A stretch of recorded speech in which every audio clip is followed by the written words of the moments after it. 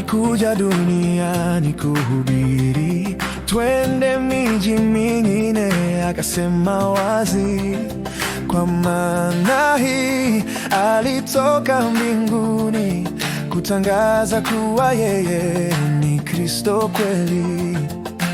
Uinjilisti si kipawa kimoja tu, ni kusudi la vipawa vyote tulivyo navyo. Kwa kuhubiri dunia inaokolewa, kwa kusikia mioyo inafunguliwa. Wataweza je kuamini